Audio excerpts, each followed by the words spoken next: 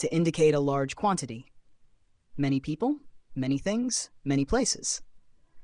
Many people attended the conference. There are many things to do before the event. I have traveled to many places around the world.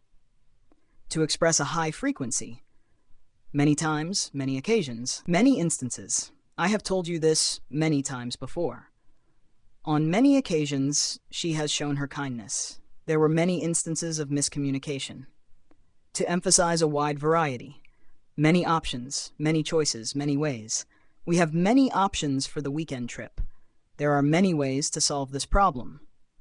To indicate a significant number in comparison. Too many, so many, as many as there are too many distractions in the office. She has so many ideas for the project. We received as many as 500 applications. To ask about quantity in a question, how many, too many, so many, how many books do you have? There were too many errors in the report. Common collocations with many. Many of them, not many, too many years, many times. Many of them are interested in the proposal. Not many people knew about the plan. She has lived here for many years. I have seen this movie many times.